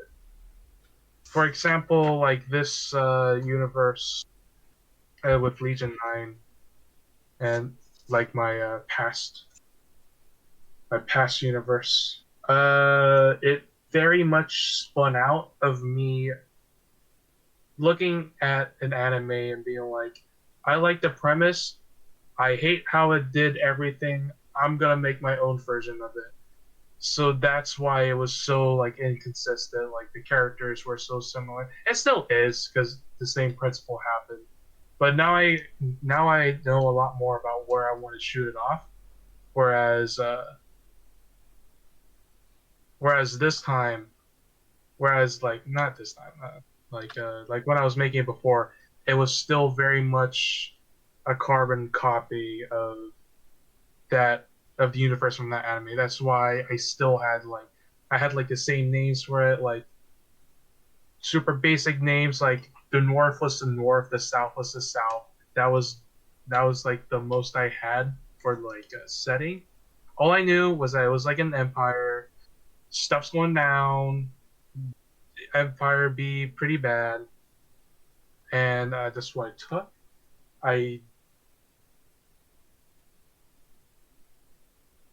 And then for characters, I do the same thing. And then I get to the point where I add way too much. Way too many characters. And I'm just like, what happened? What did I just do? Basically, that's what it is. It's one of those things because like basically like, coming up with a completely original, completely like out of the blue idea is a really difficult task. So a lot of people actually take inspiration from like a lot of characters in fiction in general are usually just remixes of a few other characters that we often really liked with some twists on them. Because if you blur enough, it kind of looks original. But like actually coming up with completely out of the blue new ideas is difficult. Like, and yeah, it's a problem. There's no there are so many characters in the world. You can't possibly make something that no one has thought about. No, you can. You definitely can. No. I mean, my friends and I call it space-time pirates, where you think about an original concept you think no one has ever thought about, and then like mass media produces it. Like I remember my friend when we were like 8, and we thought about like these huge worms who like traverse an endless like desert, and then we watched how is it called? No, Beetlejuice, and basically like the worm in that ate Beetlejuice was the same creature. Oof. That's pretty bad. Yeah, it is. So it's like, what the frick? No, And the problem with that is now if you make it, everyone's gonna compare it to that thing. And it's Yeah. like, but I came up with it first. How did it happen? I had the same thing actually a while ago where like I had a whole idea, like a very specific idea for something, and then The Boys came out, and I watched it, and I was like, "This is really similar." And then The like Boys- my immediate reaction was like, "Shit," and then the other reaction was, "Wait, I took it in a different direction. That's cool." But like, yeah, it's one of those things where like a lot of these ideas are like it's one of those things where like it's the same with Isekai. I think Isekai is probably one of the biggest examples for that. Right. Isekai used to be a really, really unique idea nobody's ever thought of. As soon as somebody thought of that, everybody jumped in and derivated from that and produced some shit shows and also some great shows and also some great shit shows. Right. So like, there's just a lot of like it's one of those things where it's really hard to look at what we currently have and think of something nobody's ever thought of. But at the same time, if we would have truly ran out of completely new and out of the blue things, Mhm. media would have died years ago. And yet we keep Right. coming up with these completely new, completely out of the blue ideas. Think I about mean, it like that. New tech like allows it, or stuff we know suddenly allows to derive from like a really far away feel and all of that. But like, there's always something new and out of the blue, but it's really hard to actually think of it because it's really hard to think of something that we can't think of. Like thinking about a color that no one has seen yet. So, where's the discussion been going on? Like, since I left? It ended a while ago with Adam, Okay. and then we just didn't know what else to talk about, so we just talked about like the world building process and like what problems we had. But yeah, This- definitely. I think as long as you know what you're doing, like you take a concept that you like, and then you put your own spin on it, then I think it can make it into something way more unique. Because my world started out basically the same, like aesthetically, it started out as like a fantasy, and then it switched over to like Borderlands kind of like world with like sci-fi in it, and then currently, and then started changing, of course, and then right now it's kind of like set in like this industrial revolution-esque kind of world, or like a more 70s like Vietnam War era type world. So really, I think as long as you give it the proper amount of time, you can like make something that's redundant, and you can kind of make your own spin on it. Yeah. Another thing that is kind of a cheat that you can't really like. It usually doesn't work to get like the most out of the blue stuff, but like basically with the whole idea of putting a spin on things, it's kind of like it. So follow with me. I'm making a weird analogy, but like.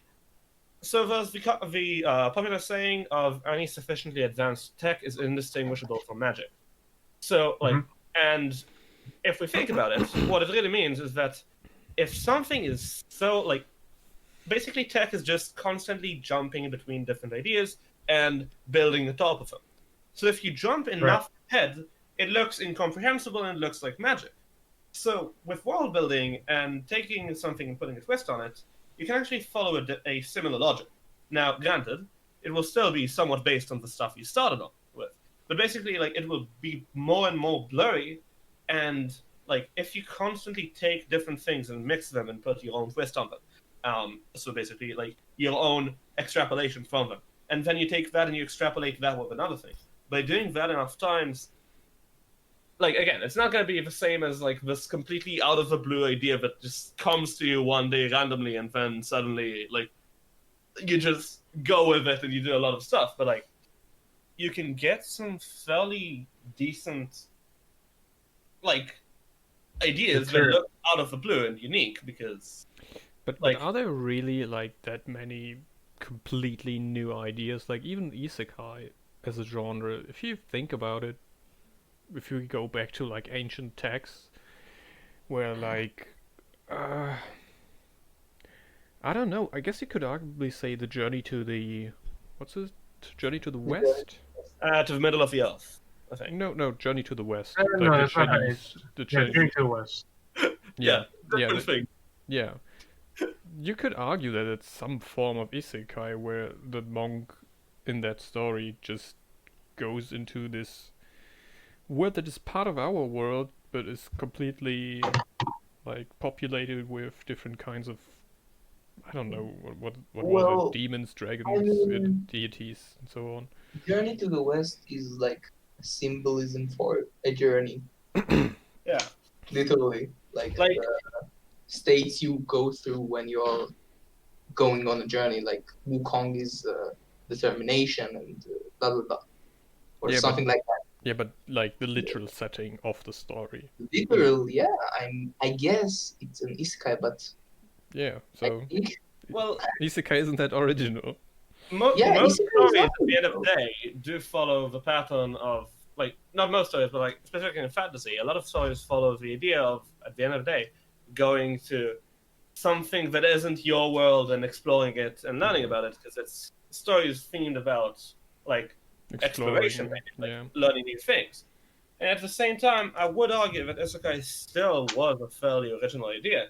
Not necessarily because it invented the journey to a new world, as much as it started the whole idea of people being trapped in a different world, and how like properly transported into another world and trapped in there, and all the implications of that.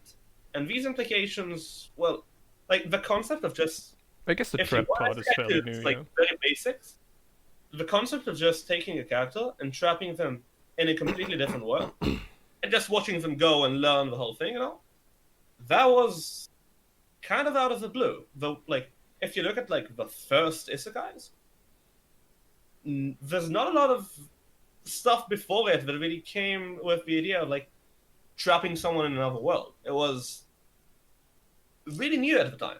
Granted, you could, like, if now on hindsight, when we look back at it, we can understand more the basis for why it might have formed, and we can think of it more logically. But at the time, I think it probably came to somebody like with Dot Hack. I think was one of the first isekais ever. Dot Hack probably came to somebody like as a random idea, and they just capitalized on it, and here we are. Now we have to deal with all these shitty Yeah, standardized isekais. yeah, but that's what happens to any good concept. At the end of the Yeah, I day, like guess. mainstream productions get a hold of it, and then you get a lot of shit. So Like Toki. if I may, I have one question. Well, I guess I could like ask several questions about my world, but one question that is like important to the relatively recent things I want to do in my story is how much of a difference would our world okay, how different would our world look if we wouldn't have any oil on our planet? Like, I guess a lot would probably accurate, but how much? I think it would really have the biggest effect from the start of the Industrial Revolution. Like, not the start, but like, as soon as they started using, like, Cars, oil maybe. as fuel. Yeah. Like, before You're gonna that, have it depends, how do you define oil? Because if you define oil as, like, if your definition is broad enough, it will even have implications for, like, the really, really early civilizations that used oil for torches and for different types of bombs. No, like olive oil or stuff like that. That's fine. Like dinosaur juice oil, that doesn't exist. Yeah. So we're talking about like specifically the blacks. We're talking carbon about fuels. the black kind of oil, the one we use for like the cars and stuff. Yeah, the gasoline. stuff we and- dig out of the ground. Yes. We make plastic out of it, we make Exactly. fuel out of it, we make a lot of things out of it. I I think think we even pharmacy, like medicine as well, don't we? yeah, medicine uses some of it, I think, as well. Yeah, you'll find polymers everywhere. You will find polymers absolutely everywhere. Yeah. Yeah. That's. Would our world look more like steampunk-esque if we didn't have that? Would some things just don't work at all? So I mean- something I'd like to point out, polymers were only discovered in the 20th century. So polymers, everything's made of polymers now. However, that only started in the 1920s. So polymers were discovered, well, actually, I think they were discovered in 1918, exactly, specifically, but it started in the 1920s, polymers. So that's not actually that long ago. It's less than 100 years ago that we started producing polymers. So if you get rid of oils, then we still would use other fuels, and so the Industrial Revolution could still absolutely have happened. However, you'd have to consider how might the world have changed from 1920 onwards. So Another from thing, polymerization. another thing is also like at the end of the day, if we didn't have oil, the Industrial Revolution and its effects couldn't have been as drastic because literally, like at some point, like the Industrial Revolution never has been really sustainable with the amount of fuel that you need, and at the scale that the effects of it linger today, this wouldn't have happened without oil. So you would have a much smaller effect. That's true, yeah. I don't think it necessarily would mean steampunk, by the way, because like combustion engines and all of that stuff, I think you can still make them work with coal. Isn't it's just a lot more. Isn't the forming process You of can coal also and... make them use. Sorry. You can also make them work with biomass as well. Yeah. So biomass, plant matter, and things like that. Isn't the forming process of oil and coal relatively similar though? Like stuff died ages ago and then it got compressed and now it's stuff that we burn? Like on a very basic level? Sorry? What was that?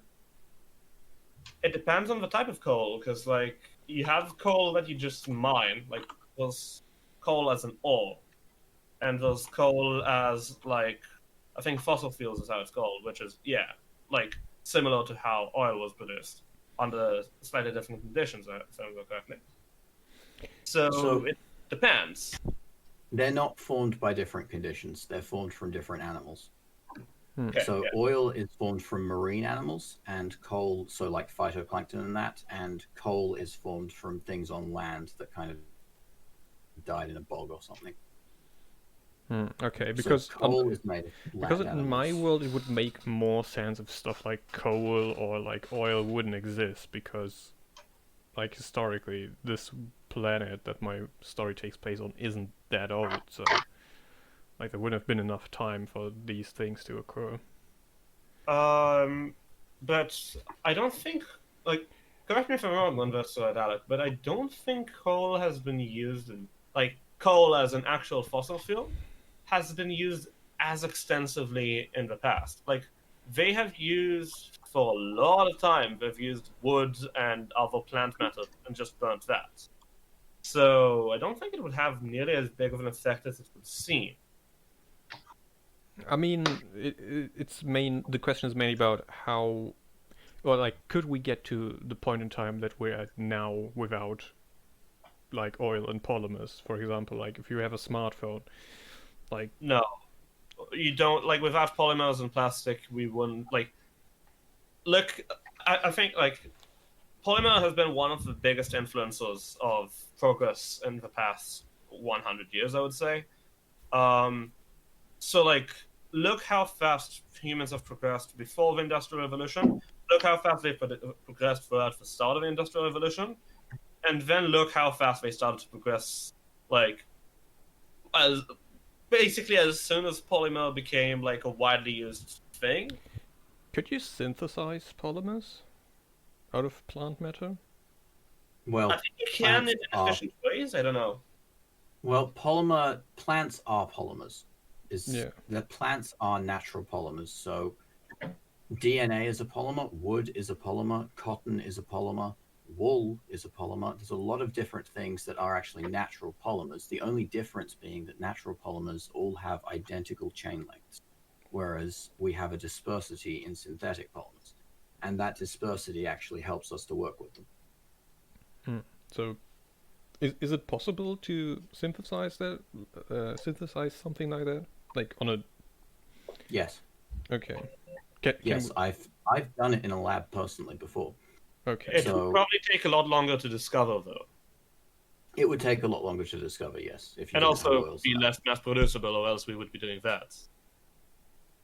Well, polystyrene is produced in a lab. Fair. Literally, you just get single styrene molecules, and you produce them. You produce them in a lab. They form in balls, and then you stick the balls together, and you get polystyrene. Fair. Okay. Yeah, so- but it would take probably a lot longer to discover it, and I don't think it would necessarily even catch as quickly as it did in our world. If it if it takes so much more work to at the start, it might not catch on as fast because again, correct me if I'm wrong, but if I remember correctly, one of the reasons polymers started to catch, and you can see the effects today still, is that plastic is relatively easy to produce once you understand how to do it, and you can mass produce it. That's absolutely correct. Yeah. So it takes you more effort to mass produce, especially after the Industrial Revolution, which has been the whole shift of mass production instead of manual production. It might not catch on as quickly, if even at all. Okay, but the Industrial Revolution as a concept of being able to produce things en masse would probably still work without oil, as long as you have. At the start, we did use steam engines and just fire below water, and then they discovered the piston, and then they already knew how rotary worked, and then it's just a lot of leaps of logic with that, and then you can automate more and more complicated actions, and here we are.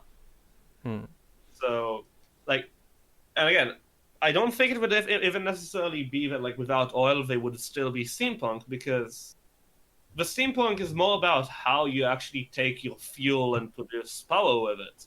But the fuel changing wouldn't necessarily make it impossible to have combustion engines and a lot of the other weird stuff we currently have. It would just mean that we get to it in a different way, and the aesthetic might change a bit. But I don't think it would necessarily force them to stay as steampunk. And they'd probably be, our engines would probably be less efficient as well, unless we had nuclear engines. I mean, doesn't the Fallout universe use nuclear engines in its cars? Yeah. Yeah, but it's and the Fallout universe also had a nuclear holocaust. Yeah. What was it? Oh yeah. Would something like a personal computer still work without these carbohydrates? I mean, you could make it work. You could probably make it work using nanoparticles, so quantum dot nanoparticles. So you could store data in those, because computers are basically a series of ones and zeros stored in transistors, basically. Yeah. Yeah, but you can probably make it work. It might take a lot longer to develop, though. And also another thing to remember with it is that, with each leap you have to do to develop the base thing, it will take significantly longer, because, it's again the same thing with coming up with a new bizarre idea, where the more effort it takes and the more logical leaps it takes until you can get the idea, the chance for somebody actually coming up with it, it becomes much lower, exponentially lower. So you would need a lot more time of people thinking what can they do until somebody would even come up with the idea. It's basically like rolling a lot of dice, and with every other dice that you have to roll a specific number on, well, you just made your chances exponentially lower. But do we really need a lot of plastic or stuff? What? So basically, every technological leap since 1920 has been driven by polymer technology, polymer-based technology. So every massive technological leaps since 1920. Damn. Computers would be very different without plastic. Just imagine how many of the parts in your computer are currently packaged in plastic, using plastic to actually run, have plastic on them as packaging, as protection of different parts. Even the fans. Imagine how different computer fans would be if you didn't have plastic. Also, most of your clothes are made of polymers as well. Metal is a lot heavier to spin. It would take a lot more power. You could make it would limit you a lot more. God damn it! I don't want to make the world have oil and coal just so. You can make basic communication without plastics fairly easily. Not to the point of the internet and the ridiculous amount of communication that it allows us, but basic global communication can probably be arranged without polymers. But it might take if you take from the start of the Industrial Revolution, it might take them 100 years to reach it without polymers. I mean, 150 even. I need to go. Well, Have a good day. Yeah, All night. Mostly night. yeah. Okay. Well. Okay, I guess it's not really the answer I hoped I would get, but it's good to know regardless. Well, you can create polymers without oils. You can still create them. It will just take you a lot longer to figure out how. Would they also be more expensive than if you would have to get them through biomethane? Not necessarily, because most of our polymers now, we don't make them out of fossil fuels. Okay.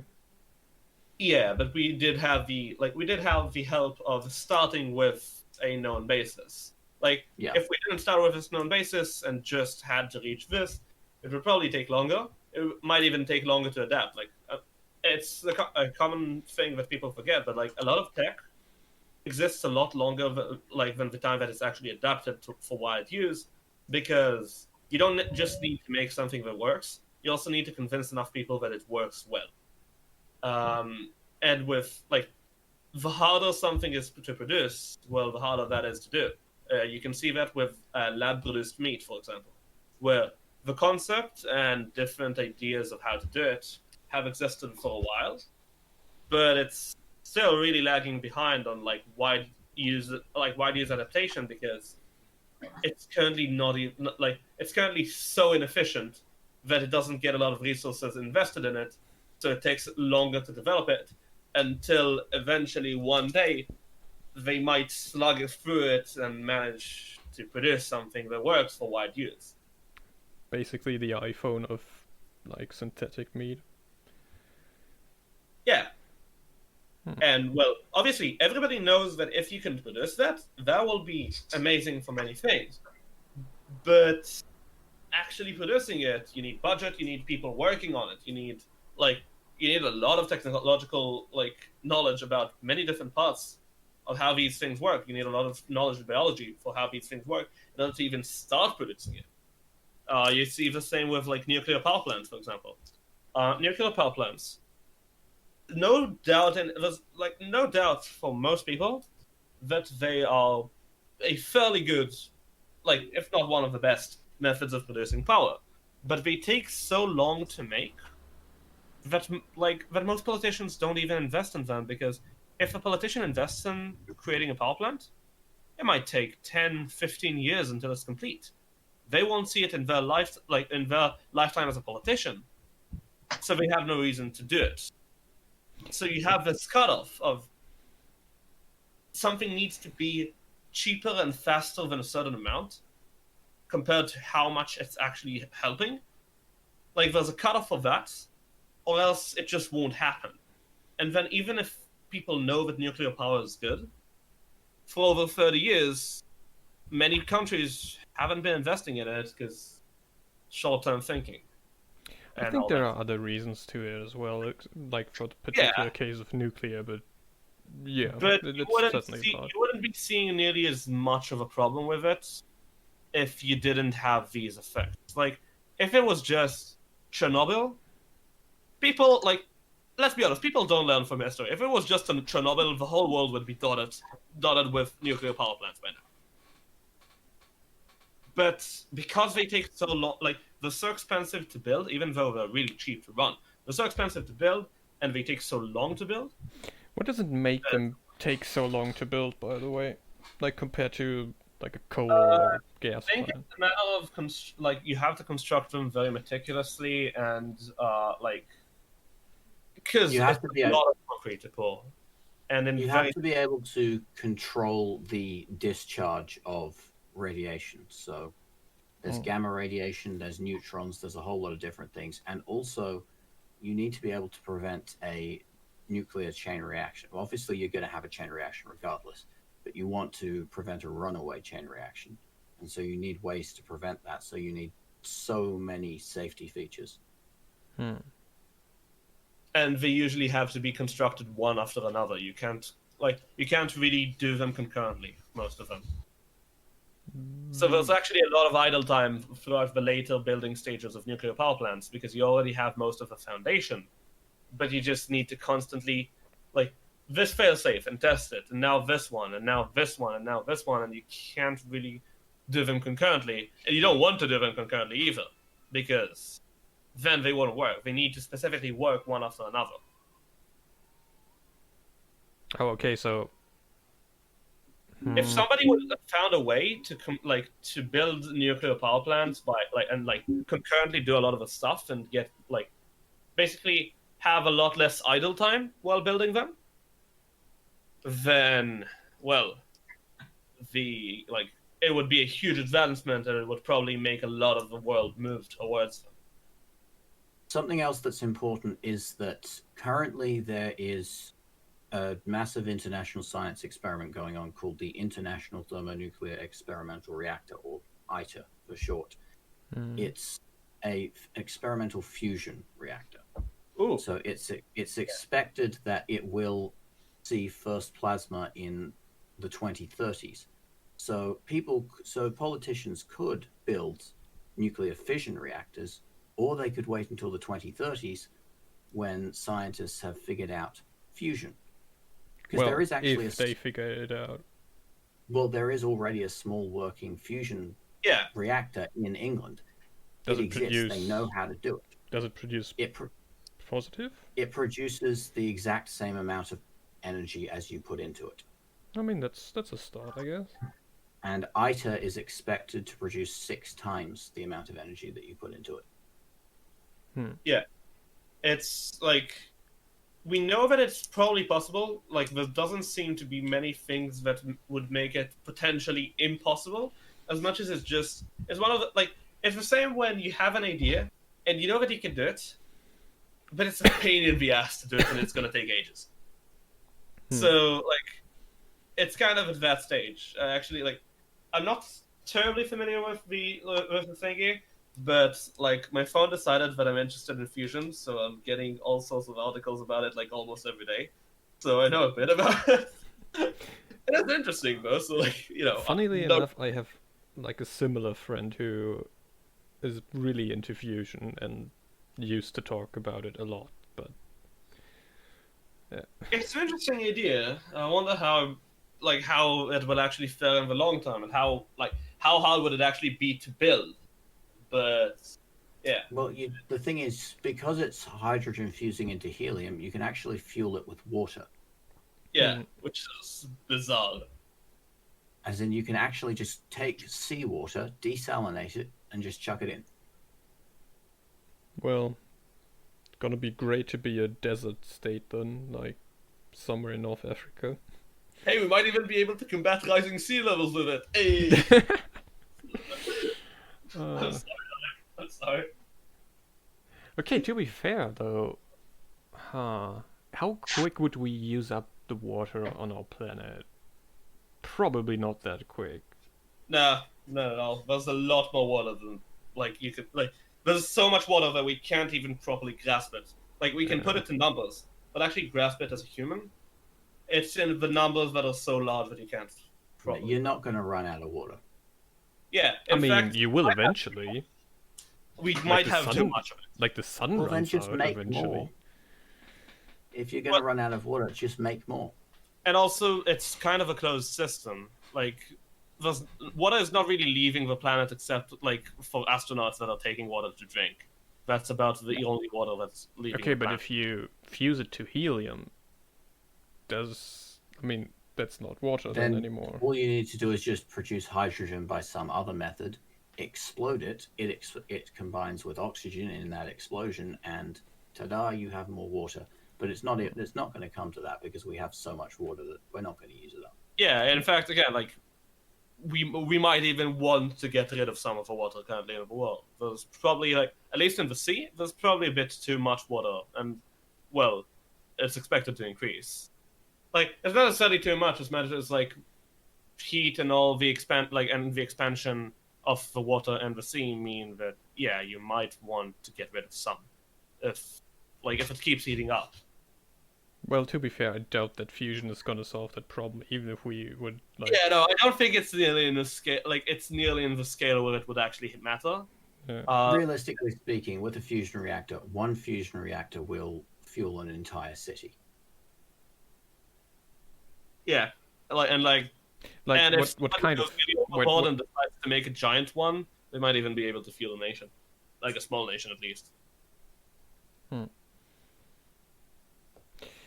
Or you can just use solar power if you're in a very sunny country.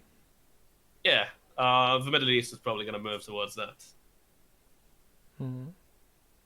All right then. Are there any last words anyone wants to say for the recording? I mean, we can stay in here. Oh yeah, that's all recorded.